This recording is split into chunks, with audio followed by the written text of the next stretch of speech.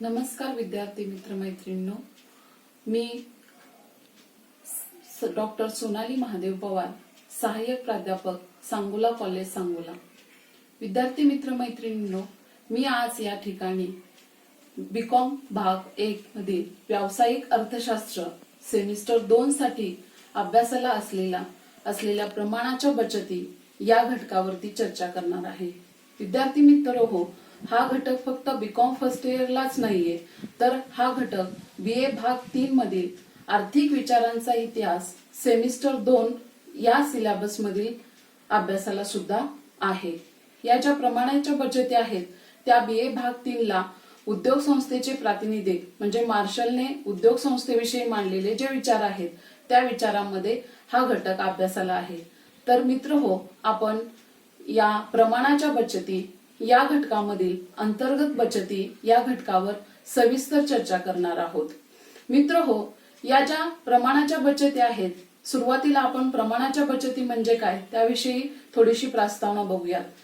उद्योग संस्थेचे जे सर्व उत्पादनाचे घटक आहेत त्या सर्व उत्पादन घटकामध्ये वाढ केल्यास उद्योग संस्थेचे आकारमान वाढते आणि वाढत्या आकारमानामुळे उत्पादन संस्थांना वेगवेगळे लाभ होत असतात। तसेच उत्पादन प्रमाणाचा उत्पादन खर्चावर परिणाम होतो। उत्पादन प्रमाण एका विशिष्ट मर्यादेपर्यंत वाढत गेल्यास उत्पादनाचा जो सरासरी खर्च आहे तो सरासरी खर्च घटत जातो। नफा वाढवण्यासाठी उत्पादनाचे प्रमाण वाढविले जाते। आधुनिक काळात उत्पादन मोठ्या प्रमाणात करण्याची वृत्ती वाढत आहे। एखाद्या विशिष्ट उद्योग विशिष्ट ठिकाणी वाढला की एकाच वस्तूचे उत्पादन करणाऱ्या अनेक उद्योग संस्थांचा समूह निर्माण होतो।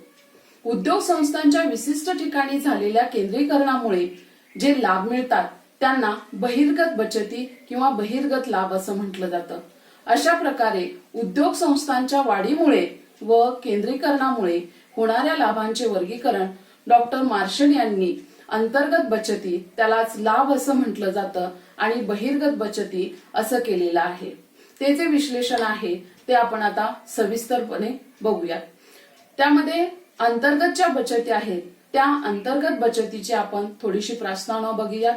अंतर्गत बचती म्हणजे काय ते पाहूयात। उद्योग संस्थेचे जे आकारमान आहे ते उद्योग संस्थेचे आकारमान वाढल्यामुळे उद्योग संस्थेला स्वतःला जे लाभ होतात त्यालाच फायदे असे म्हटलं जातं, त्यांना अंतर्गत बचती म्हणतात। या बचती उद्योग संस्थेला उत्पादनात वाढ केल्यामुळे मिळतात। उद्योग संस्था ज्या उत्पादन पद्धती स्वीकारते त्या उत्पादन संस्थेला त्या बचती मिळतात। या पद्धती लहान उत्पादन उद्योग संस्थांना वापरता येत नसल्यामुळे त्यांना अंतर्गत बचती मिळत नाहीत। अंतर्गत ज्या बचती आहेत त्या अंतर्गत बचती वेगवेगळ्या प्रकारच्या आहेत। त्या अंतर्गत बचती आपण पुढील प्रमाणे पाहूयात। सुरुवातीला अंतर्गत ज्या बचती आहेत त्या अंतर्गत बचतीमध्ये मार्शलचं जे मत आहे ते मार्शलचं मत आपण बघूयात। मार्शलच्या मते अंतर्गत बचती त्या असतात ज्या एका विशिष्ट उद्योग संस्थेला किंवा उद्योगाला अंतर्गत जी त्यांची कुशलता आहे ती कुशलता व व्यवस्थापनातील जे श्रेष्ठत्व आहे त्या श्रेष्ठत्वामुळे त्यांना प्राप्त होतात। हे डॉक्टर मार्शल यांनी अंतर्गत बचतीविषयीची जो अर्थ आहे तो अर्थ सांगितलेला आहे। त्याच्यानंतर अंतर्गत प्राध्यापक क्रेनक्रॉस जे आहेत त्यांचं मत असं होतं की अंतर्गत बचती त्या असतात ज्या एका उद्योग संस्थेला किंवा उद्योगाला स्वतंत्रपणे किंवा व्यक्तिशः प्राप्त होत असतात। एखादी उद्योग संस्था त्या उद्योग संस्थेचा जो विस्तार आहे तो विस्तार वाढल्याने उत्पादनाचं जे प्रमाण आहे ते उत्पादनाचं प्रमाण वाढतं, याला अंतर्गत बचती असे म्हणतात। या ज्या अंतर्गत बचती आहेत त्यालाच अंतर्गत बचतीला मितव्ययता सुद्धा हा शब्द आहे। हे ज्या अंतर्गत बचती आहेत त्या फक्त त्याच उद्योग संस्थेला प्राप्त होत असतात। या ज्या बचती आहेत या बचत्या साधन सामग्री, संघटन, आकारमान, व्यवस्थापन या घटकावरती अवलंबून असतात। प्राध्यापक रॉबिन्सन यांनी अंतर्गत बचतीचे 5 प्रकार केलेले आहेत। ते 5 प्रकार आपण सविस्तरपणे पाहूयात। त्यामध्ये पहिला जो प्रकार आहे तो म्हणजे तांत्रिक बचती किंवा त्यालाच लाभ असे म्हटलं जातं। मोठ्या आकारमानाच्या ज्या उद्योग संस्था आहेत त्या उद्योग संस्थांना आधुनिक तांत्रिक ज्ञानाचा जो लाभ आहे तो लाभ होऊन अल्प काळात मोठ्या प्रमाणात वस्तूचे उत्पादन करता येते. तांत्रिक बचती ज्या आहेत त्या तांत्रिक बचती आपण त्याच्यामध्ये सुद्धा प्रकार आहेत, ते प्रकार आपण सविस्तर पाहूयात. तांत्रिक बचतीमध्ये पहिला प्रकार आहे तो म्हणजे मोठी यंत्रे. मोठ्या उद्योग संस्थांचं जे भांडवल आहे ते भांडवल जास्त असल्यामुळे त्यांना आधुनिक व मोठ्या यंत्राचा वापर करणे शक्य होते. अशा यंत्राची जी किंमत आहे ती किंमत जास्त असल्याने लहान ज्या उद्योग संस्था आहेत त्या लहान उद्योग संस्थांना त्याचा वापर करता येत नाही किंवा त्यांना ते परवडण्यासारखं नसतं. आधुनिक व मोठ्या यंत्राचा वापर केल्यामुळं श्रम विभागणी व विशेषीकरण घडून येते. यामुळे उत्पादनात वाढ करता येते, त्याच्यामध्ये वाढ होते. अशा यंत्राच्या वापरामुळे उत्पादन खर्च जो आहे तो खर्च कमी होतो. उदाहरणार्थ कॉम्प्युटर असेल, क्रेन असेल इत्यादी आपल्याला उदाहरणं सांगता येतील. त्याच्यानंतर दुसरं तांत्रिक बचत आहे ती म्हणजे उपफल उत्पादन. मोठ्या उद्योग संस्थेला प्रमुख वस्तूंच्या उत्पादनावर निर्माण होणाऱ्या दुय्यम वस्तूंचा जो वापर आहे तो वापर करता येतो.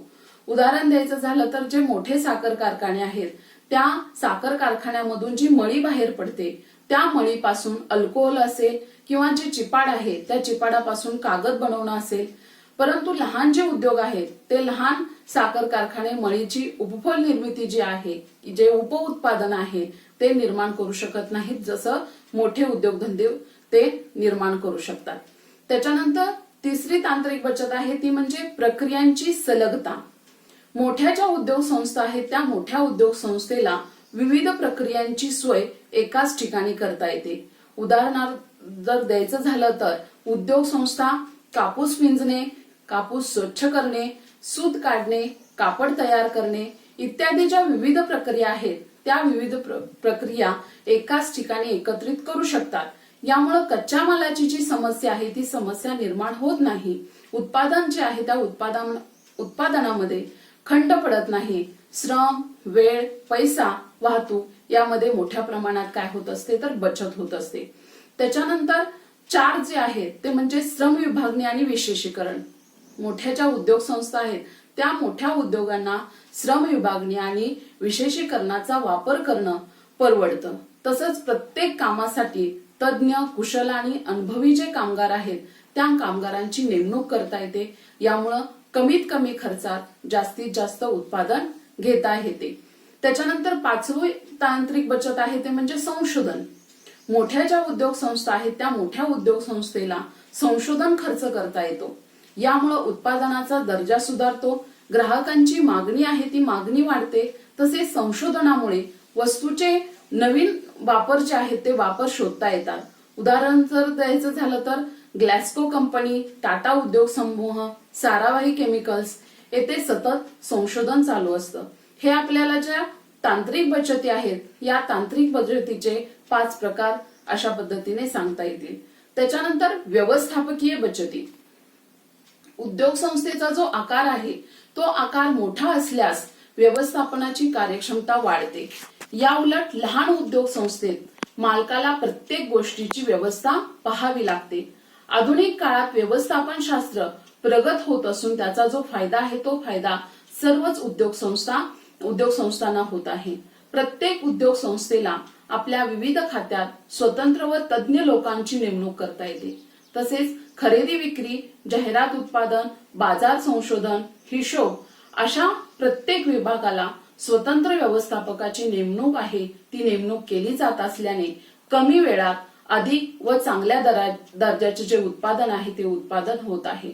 परंतु व्यवस्थापनाचे जे फायदे आहेत ते फायदे अमर्यादितपणे मिळवता येत नाहीत, कारण विशिष्ट मर्यादेबाहेर उद्योगाची व्याप्ती गेल्यास व्यवस्थापन करणं कठीण होतं. त्याच्यानंतर 3री बचत आहे ती म्हणजे खरेदी विक्री विषयक बचती. त्याच्यामध्ये सांगता येईल की खरेदी विक्री विषयक ज्या बचती आहेत त्या बचती कच्च्या मालाची जी खरेदी आहे ती खरेदी कमी दरात तर पक्क्या मालाची जी विक्री आहे ती जास्त दरात करून मिळवता येतात. मोठ्या ज्या उद्योग संस्था आहेत त्या उद्योग संस्थेला कच्चा माल जास्त लागतो. यामुळे अशा मालाची जास्त खरेदी केल्यास तो स्वस्त दराने मिळून उद्योग संस्थेला खरेदीचा जो फायदा आहे तो फायदा मिळेल.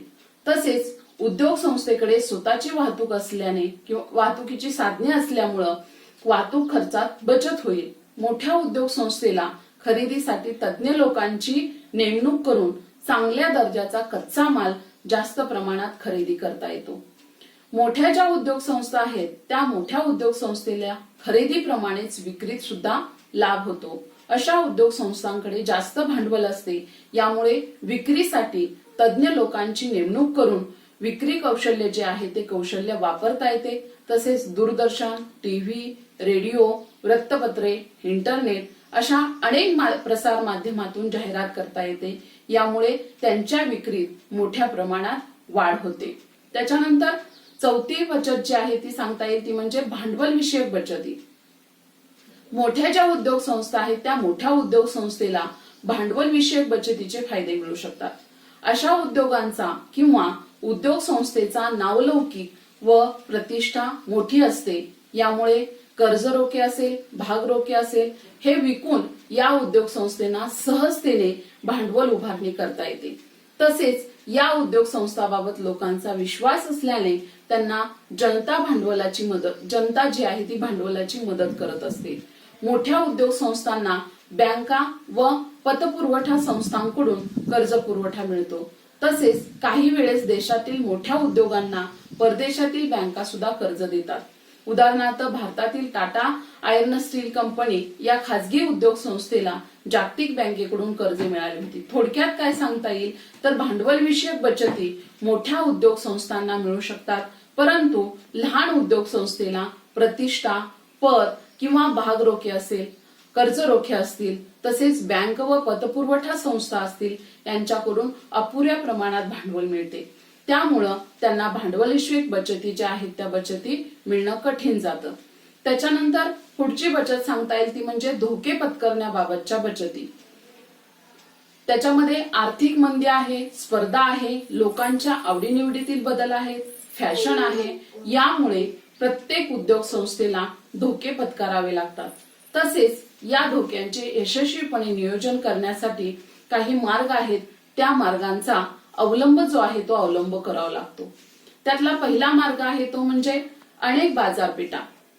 मोठ्या उद्योग संस्था आपला माल विक्रीसाठी देशातील अनेक बाजारपेठांमध्ये पाठवतात. या उद्योग संस्था विविध वस्तूंचे उत्पादन करीत असल्याने एखाद्या बाजारात वस्तूची किंमत कमी होऊन होणारे नुकसान दुसऱ्या बाजारात भरून काढतात. तसेच काही वेळा या उद्योग संस्था विदेशी बाजारपेठेतही उत्पादनाचा माल पाठवतात. दुसरा मार्ग सांगता येईल उत्पादनात विविधता. मोठ्या उद्योग संस्था जास्त वस्तूचे उत्पादन करतात. यामुळे त्यांच्या उत्पादनात विविधता दिसून येते.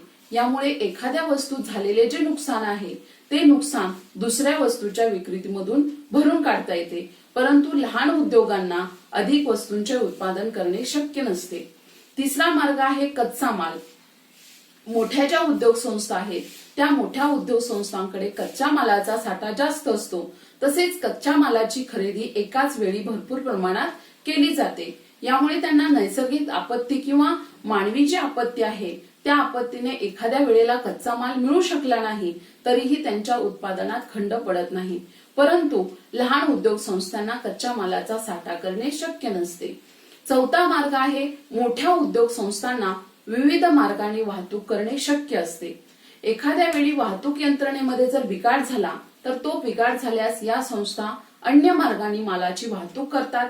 यामुळे मोठ्या उत्पादन प्रक्रियेत खंड न पडता सातत्य, त्याच्यामध्ये जे सातत्य आहे ते सातत्य टिकून राहते. पाचवा जो मार्ग आहे तो म्हणजे स्वतःची शक्ती साधने. मोठ्या ज्या उद्योग संस्था आहेत त्या मोठ्या उद्योग संस्थेला स्वतःची वीज असेल, पाणी पुरवठा असेल, केंद्रे उभारून शक्तीची निर्मिती करणारी साधने तयार करता येतात. यामुळं एखादे शक्ती साधन उपलब्ध न झाल्यास त्याला पर्यायी शक्ती साधनांचा वापर केला जातो. यामुळं उत्पादन जे आहे ते उत्पादन बंद करावे लागते. हे जे आहे आपण म्हणजे जे मार्ग आहेत ते मार्ग आपण आता पाहिले. म्हणजे ज्या अंतर्गत बचती आहेत, फायदे आहेत, त्याला आपण अंतर्गत मितव्ययता असं सुद्धा म्हटलेलं आहे, लाभ म्हटलेला आहे, फायदा म्हटलेला आहे.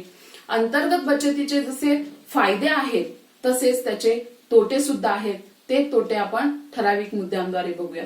त्यातला पहिला जो तोटा आहे तो म्हणजे व्यवस्थापकीय समस्या. उद्योग संस्था ज्या आहेत त्या उद्योग संस्थेचे जे आकारमान आहे ते आकारमान प्रचंड प्रमाणात वाढते, तेव्हा व्यवस्थापनात समस्या ज्या आहेत त्या समस्या निर्माण होतात. उत्पादनाबाबतचे जे महत्वाचे निर्णय आहेत ते निर्णय घेत असताना त्यांचा उत्पादन कार्याशी प्रत्यक्ष संबंध राहत नाही. त्याच्यानंतर दुसरा तोटा आहे अपात्र श्रमिक व अधिकाऱ्यांची नेमणूक. उत्पादनाच्या ज्या संस्था आहेत त्या संस्थेच्या वाढत्या आकारमानामुळे अनेक श्रमिक किंवा जे अधिकारी आहेत त्या अधिकाऱ्यांच्या नेमणुका त्वरित कराव्या लागतात. यामुळे अकार्यक्षम श्रमिक जे आहेत ते श्रमिक वाढतात. परिणामी जे प्रदाने कमी किंवा आदाने जे आहेत ते जास्त लागून उत्पादन खर्च वाढतो. त्याच्यानंतर तिसरा तोटा आहे तो म्हणजे तांत्रिक कारणे. उत्पादनाच्या प्रमाणात वाढ होते तशी तांत्रिक कारणामुळे उत्पादन खर्चामध्ये सुद्धा वाढ होत जाते. अवजड यंत्रसामग्री असेल, त्याची यंत्र असतील, तयार करण्यासाठी मोठ्या प्रमाणात खर्च येतो. तसेच अशा यंत्रामध्ये जर बिघाड झाला तर तो बिघाड झाल्यास दुरुस्तीसाठीही जास्त खर्च येतो आणि तांत्रिक कारणामुळे अंतर्गत ज्या बेबचती आहेत त्या बेबचती वाढत जातात. त्याच्यानंतर चौथा तोटा आहे तो म्हणजे उत्पादनातील विविधतेची समस्या. ग्राहकांच्या ज्या आवडीनिवडी आहेत त्या ग्राहकांच्या आवडीनिवडीनुसार उत्पादनात विविधता आणावी लागते, परंतु ग्राहकांच्या आवडीनिवडी, सवयी, फॅशन यात सतत बदल होत असतात. यामुळे अंतर्गत ज्या बेबचती आहेत त्या बेबचती त्याच्यामध्ये वाढ होते. त्याच्यानंतर पाचवा तोटा आहे अवजड यंत्रसामग्रीचा वापर मर्यादा बाहेर. उत्पादन वाढवण्याचा जो प्रयत्न आहे त्या प्रयत्नात उद्योग संस्था अवजड जी यंत्रसामग्री आहे त्या यंत्रसामग्रीची क्षमता त्याच्या क्षमतेपेक्षा जास्त प्रमाणात वापर करतात. यामुळे कार्यक्षमता कमी असताना जास्त काम केल्याने झीज होते व यंत्रसामग्री खराब होऊन तिचे आयुष्य कमी होते. यामुळे अशी यंत्रसामग्री काढून नवीन यंत्रसामग्री वापरणे ही प्रक्रिया सतत चालू राहते. त्याच्यानंतर सहावा तोटा आहे तो म्हणजे श्रमिक संघर्ष. उत्पादनाची जी वाढ आहे त्या वाढीमुळे श्रमिकांची संख्या काय होते, वाढत जाते. यामुळे कामगार व्यवस्थापन मंडळ यांच्यात चांगले संबंध राहत नाहीत. कामगारात असंतोष निर्माण होऊन संप असेल, मोर्चे, टाळेबंदी यामुळे उत्पादनाची जी प्रक्रिया आहे त्या प्रक्रियेमध्ये खंड पडून उत्पादनाचा वेग कमी होतो. थोडक्यात ह्या ज्या अंतर्गत बेबचती आहेत त्या बेबचती आपल्याला अशा प्रकारे सांगता येईल. तर विद्यार्थी मित्र मैत्रिणींनो, आपण या आजच्या लेक्चरमध्ये प्रमाणाच्या ज्या बचती आहेत त्या प्रमाणाच्या बचतीमध्ये अंतर्गत बचती आणि बहिर्गत बचती असे दोन प्रकार केले जातात. त्यामधला आपण अंतर्गत ज्या बचती आहेत त्या अंतर्गत बचती आणि अंतर्गत बेबचती म्हणजे अंतर्गत बचतीचे फायदे आणि अंतर्गत बचतीचे तोटे हे आपण विविध मुद्द्यांद्वारे त्याचं विश्लेषण केलेलं आहे. तर विद्यार्थी मित्र मैत्रिणींनो, आज आपण इथंच थांबूया. धन्यवाद.